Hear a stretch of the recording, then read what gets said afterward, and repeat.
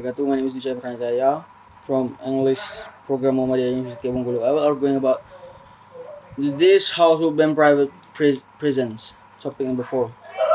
Okay, I asked the first remote speaker. This is my argument. Where is the accountability? Private prisons should be banned because there is less accountability than in state-run facilities. Who audits these private prisons? How do we know if jailer is trained properly? How do we know whether or not the employees follow the law with respect to the prisoners? There is too much room for snaps and loopholes with a private prison. Private prison costs more than public prisons. Private prison costs a bigger debt for the state. For example, Montgomery County decided to construct the Duke Corley Detention Facility, operated by the Geo Group. The private prison took $45 million in bond to construct. It has left the country with a large financial burden also. Even though the facility opened in August 2008, there are no inmates in the prison, unfortunately for the country. According to the country judge, Alan B. Settler did not anticipate the potential loss of its tax-exempt status. According to Settler, if the country lost its tax-exempt status, the tax implication would be huge. Instead of the United States money going to education and to make the society better, it goes to private prisons. For example, the special education system in the United States is one of the most heavily regulated and underfunded of all federal education mandates. And then a conflict of interest. Private prisons have a fundamental conflict of interest. The goal of the justice system is, of course, to reduce crime, of course. But private prisons benefit from having as much crime as possible. How can they be trusted to provide any sort of rehabilitation way when doing so hard their own business model? And then the kids forecast back in 2008 is a very good example as to why private prisons should definitely be banned. Two judges were accepting bribes from private prison builder to send children to juvenile detention for relatively minor offenses. This is just one case. In 2010, two private prisons made around $3 billion. Around 85,000 people were arrested just on marijuana-related offenses alone. Correction: not everyone in jail or prison is in fact guilty. 1 in 25 people on death row are actually innocent. Sometimes that is discovered after they are dead if you are ever. Okay, and then this is the main subject. Justice should be doled out by government, not by private citizens. Privatization removes an aspect of government authority from the justice process. And then private prison being paid daily or monthly per prisoner incentivizes prisons to keep prisoners in jail for as long as possible. And then the privatization of prisons means that justice becomes this industry. Meaning the goal is for costs to be kept low while profits are kept high. Meaning prisoners receive substandard treatment. And then they should be banned because they are immoral, expensive, and close quotas. Our prison system needs to be reformed, especially those prisoners who are incarcerated for non-violent crimes, such as the possession of marijuana. People are put in jail for the majority of their lives for non-violent offenses, and it remains difficult for them to get a job after they get out, even though they didn't hurt anyone to begin with. Private prisons are a problem that needs to be removed from this country or this world. Then it's not necessary inmates are all criminals. They don't deserve luxury, but they also don't deserve to be treated forced compared to public prisons. And the conditions applies for our prisons should be the same. All funding should be equal for our prisons. And then in the end, they are all humans beings, and they need good conditions to actually live in there or serve their time. And then there are certain institutions. One police for private entities. The prison a conflict of interest with public law, codification, enforcement, prosecution, through punishment. Must have the goal of broad civil prosperity as the very first canon as civil fairly is in the interest of all citizens. This requires representation and hence accountability to and funding from citizens. It seems that we, the people of the Indonesia, are so concerned with the cost of goods and service that we are not willing to pay for intrinsic value we hope to achieve when all we see are price tags. Bad things happen. Okay, this is my main argument. I think that justice should be doled out by government, not by private citizen. Private citizen removes an aspect of government authority from the justice process, and then private prisons being paid daily or monthly per prisoner, incentivizing prisons to keep prisoners in jail for as long as possible. I think that is all about my argument, the affirmative team. Thank you. See you next time or next video.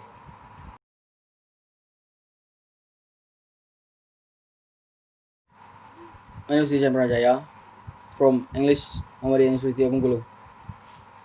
I, as a first negative speaker, will be rebuttal about what the affirmative team just speak up. I will explain about the legality is not determined by the government, at least not this blatantly. Now, first off, I'm not some idiot that believes that the government is corrupt. It is, and the corporation choose the laws. That's why they exist. But for-profit prisons are making a business out of punishment, and the business goal is to make money. So as a result, these prisons' goals will be to gain more prisoners, which means they are going to arrest people for longer and for more bullshit charges. It is a government job, and prison is a punishment. So the government should be punishing its citizens, not fat man business over here. And then problems not intrinsic to private prisons. Reform is the solution, not abolition.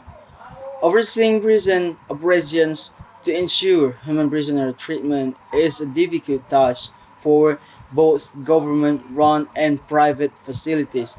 The government are the ones untimely controlling the private prisons through their contracts. By implementing more transparency in the operation of the private prisons and strengthening the current public recourse law are the only reasonable solution. Abolition is not the solution. The solution is reform. And then private prisons to stay. I think that private prisons should stay because the government can manage all of the prison and also the other stuff. Plus, it makes a good business, judging by government's fiscal irresponsibility. It doesn't make sense of why they should control the prison industry. So that is why we should keep private prisons. And then there's a lot of stuff about there being more rights for private prisons. But private prisoners come from the public prisons, and the public sends for private prisons the difficult prisoners. And if we didn't have these prison, people would be spending half the time they are supposed to in prison because they are so cruel. Ladies and gentlemen, in 2011, or over 500 people were released early from the prisons being overcrowded. And why bend this prison with so much potential? We can improve them instead and have a much more balanced jail system. And I believe that if we do not have private prisons, that we won't have anywhere to put our prisoners, and we don't want to put them in our public prisons then that don't take care of them and don't care about the prisoners. That is why I do not think that we should ban them. And then prisoners are dangerous. They need to be away from the innocent people that could be hurt. And also, in private prisons, there is a smaller risk of getting out easily. Therefore, everyone else can be saved. Usually, better criminals get put there in the private prison. So if they put the better criminal in a regular prison and they get out, civilization will be in danger. Believe that if we do not have the private prison, that we won't have anywhere to put our prisoners, and we don't want to put them in our public prisons that don't take care of them, don't care about the prisoners. That is why I do not think that we should ban them. There is a lot of stuff. Then Understand that private prisons have poor quality, but banning them will solve problems and create problems at the same time. The main problem with for private prisons is that they have poor conditions for the prisoners and horrible quality, ladies and gentlemen. But banning them will only bring up the overcrowding issue again. State-run and government-run facilities take nearly 3 until 5 years to build, while a private prison takes only an average of 1 year. Where will the prisoners go when private prisons are banned? They can be allowed to run around committing crimes, so instead of banning them, we can simply improve them to meet the standards of that of state-run or government-run facilities. And then, okay, I've been collect the main subject that I think that is the most strong argument. Okay, one. Having more prisons in a prison helps reduce overpopulation in prisons and helps to stem overflow. And then, while reducing tax, private prisons create jobs for small communities, which generates us revenue. And then, the public prison system is paid for by taxpayers.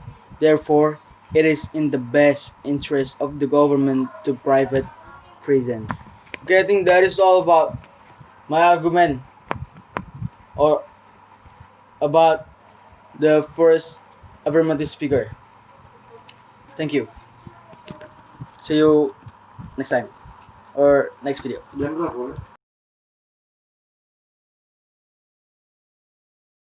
Rajaya from English Education Muhammadiyah University Bengkulu. I ask the first affirmative speaker. While arguing about this house believe that social media has a negative impact on democracy. Okay, let's get it started by great democratic potential. It's tempting to dodge this question by arguing technologies. Don't determine our politics or equivocating with a feeble both sides answer. To make these disingenuous arguments on one might adapt Kronberg's first law. Technology is neither good nor bad, nor it is natural. To say social media is neither democratizing nor is it eroding the democracy, nor is it neutral. This makes sense because now technologies, especially things as fast and free use as social media, have uneven effects in different places and different moments. Social media is used not only by people organizing for just cause, but also by trolls, sabotaging conversation for sport, and by tyrants, surveilling and propagandizing the most vulnerable among us. Ladies and gentlemen, likewise, social media isn't a single, specific tool. There are multiple technologies, industries, and cultures that have specific histories and are in ongoing development by flawed humans, especially white men, in peculiar contexts, especially Silicon Valley. At its best, social media serves or sincere desires to connect with each other as friends, families, lovers, and citizens. And then media as in DNA for social systems. When Aurora killed the messenger, the media's role in the fate of the world. I mean, it is warming, but how mediate message of blame and hate can at times mean life or death. Genocide frames or Rwanda, the Holocaust and Bosnia were about to turn friends, even family members, into deadly enemies. Frames in Chile contributive to social chaos and justification for a military coup. Now, with the rise of social media and the internet, this message can spread and mitigate faster and wider than even before, ladies and gentlemen. But it does not have to be this way.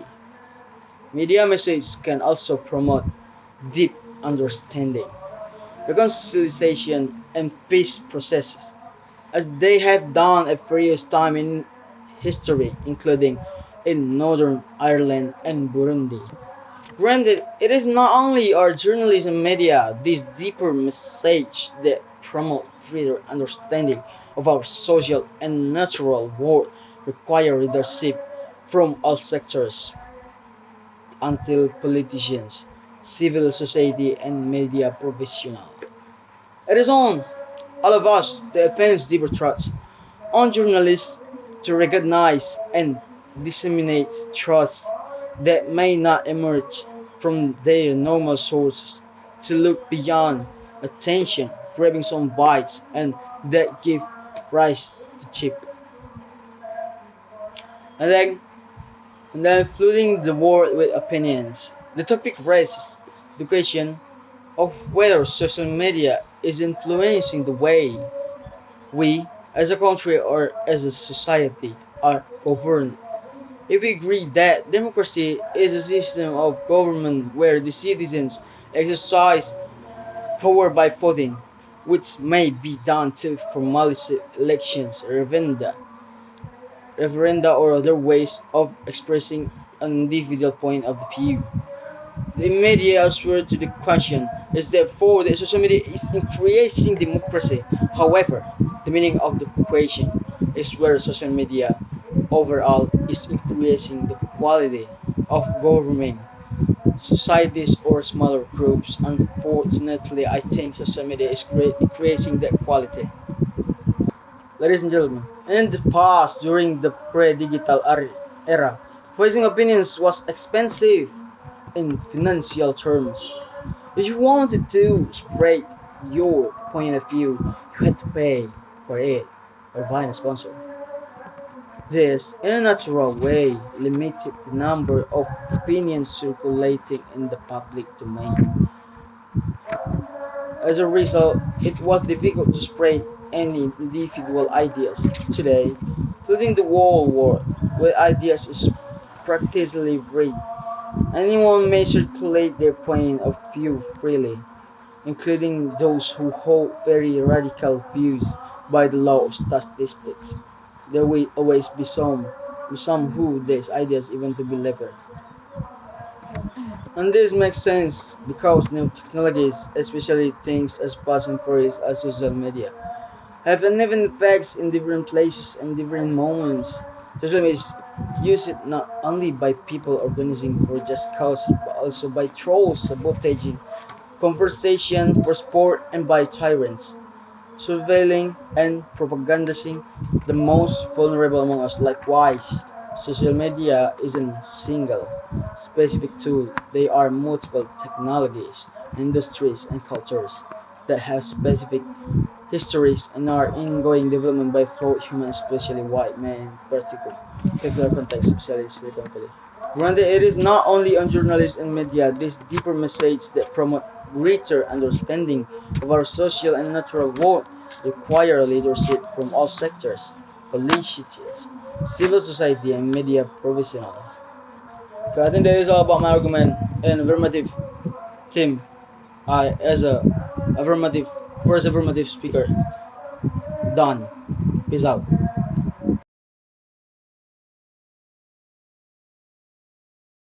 This is Jamara Jaya from English Study on Muhammad University Bengkulu. And I, as a first negative speaker, will read Bacho and arguing about what the first affirmative team speaker about this house belief that social media has a negative impact on democracy. Okay, I will start with as a public space. The media acts as a public space where everyone has the right to express, hold opinions, or even make criticism of the functioning of the democratic system. The media allows everyone to enter the public space, as in various kinds of group communication, and then present information. Pastina media is always present by bringing various information to the general public in democracies. Of course, there are no restrictions regarding the type of information that can be accessed by the wider community. And then and then provide development in various sectors. It is impossible for the people to know how the country is developing in various sectors without the presence of the media. With the presence of public media, of course, various information will be presented. Ladies and gentlemen, giving a picture and painting of social and political conditions, the media is also always present and plays a role in providing an overview of the political situation. In this case, a democratic country gives full rights to its people in determining their political choices. The media has a greater role in providing alternative choices about figures which are sustainably worthy of choice. And then highlighting problems related closely with the public domain. In democracies, of course, we will always find problems of both the usual and the complex intensity. So in this case, the media is present as a messenger and highlights issues that are closely related to public life as a part of modern communication media. And then, influencing the thinking of crowds, ladies and gentlemen, the media has a crucial role. That is, the media are expected to have an influence on the thinking of the public as part of leadership communication. The media must be able to make people give change to think for the better. Ladies and gentlemen, guarantee the existence of freedom of opinion. As explained earlier, in democratic country, freedom of opinion must indeed be upheld. Therefore, the media is present in providing wider space and suggestion for those who want to have an opinion. And then as a form of control and criticism. In a democratic country, there must certainly be a role as a control and critic of the running of the government as a cause of success in communication. Thereabout, of course, the government can work arbitrarily and arbitrarily.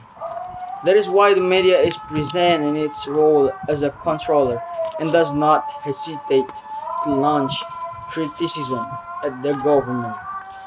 Ladies and gentlemen, emergence of updates, the media not frequently also the media provide updates in terms of doubts and ideas in various fields. Of course, this makes democracy more alive because all people are given the realm and freedom to create and innovate as widely as possible, especially in the digital era. Like now, surely the media war in providing renewal must be further enhanced. And then cultural change. The media also has an influence on cultural change in the community. So, of course, the public is increasingly learning about the meaning of democracy. Moreover, culture and democracy are like the identity of this nation as a cause of conflict in communication. Therefore, even if there is a cultural change, it is expected that with the presence of the media, the change will be positive. Ladies and gentlemen, and then I will tell you about propaganda, a message of hope. There are times when people begin to lose hope for the progress of this nation as part of organizational communication. Moreover, when they see many of their leaders entering jail, especially in tainted and corrupt cases, which certainly greatly alter people's psychology. Ladies and gentlemen, and then lifestyle changes in a democracy. Change is inevitable, especially when the presence of media that is able to provide a lot of information, which certainly can make you feel wanted, interested, or even inspired as a way to communicate well. Ladies and gentlemen, and then educating the community. The latest media central war in the democratic system of Megara is certainly providing education to the public, because even though we have been a country with democratic government system for a long time. However, in fact, many people are immature in addressing individual suffrage and freedom of choice. Then, as explained it earlier, in a democratic country, freedom of opinion must indeed be upheld.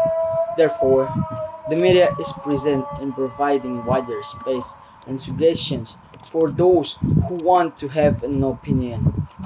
I think that is all about my arguments and my rebuttals to the first affirmative speaker. I, as a first negative speaker, done. Peace out.